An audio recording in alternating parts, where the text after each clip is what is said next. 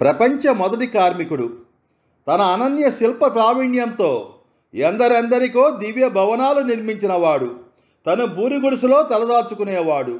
తను అనవరతం తోడ్పడి పుట్లు పుట్లు గింజలు రైతుల ఇళ్లల్లో పోయించేవాడు.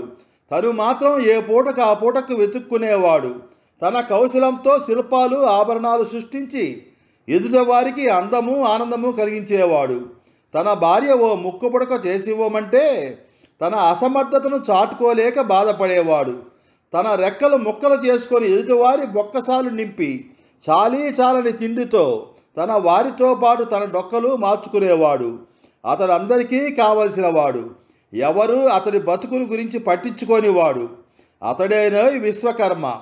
దేహబలము బుద్ధిబలము రెండూ ఉపయోగించే అసలు సిసలైన శ్రమజీవి.